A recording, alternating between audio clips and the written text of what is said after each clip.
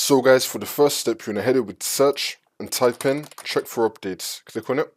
And then once you're on this, you're going to click on check for updates. Make sure that your computer is fully up to date. And now for the second step, you're going to head over to search again and type in services. Click on it. And then once you're on this, you're going to click on any service one time and then click on S on your keyboard. Now you're going to scroll down till you find sysmain. Double click on it. You're going to make the startup type disabled and then click on stop, which will now make the service status stopped. So sysmain, startup type disabled, service status stopped, and then click on OK. And now for the next step, you're going to head over to search again and type in CMD.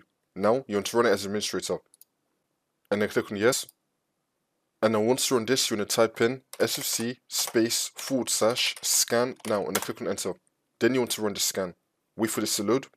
I'm going to skip the video to when the scan will be completed. And then once that's been done, we're now going to type in ipconfig space / flush DNS. Click on enter. Now we're going to type in power cfg space -h space off. Click on enter again. And now we're going to type in chkdsk space /f space /r. Click on enter. Now once this comes up, you're going to type in y and then click on enter again. Now you just want to restart your computer, but keep on watching the video. Restart your computer, keep on watching.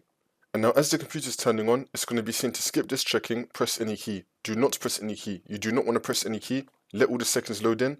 Then you want to run this final scan. Once that's been done, it's going to take you back to Windows and then the problem should be fixed.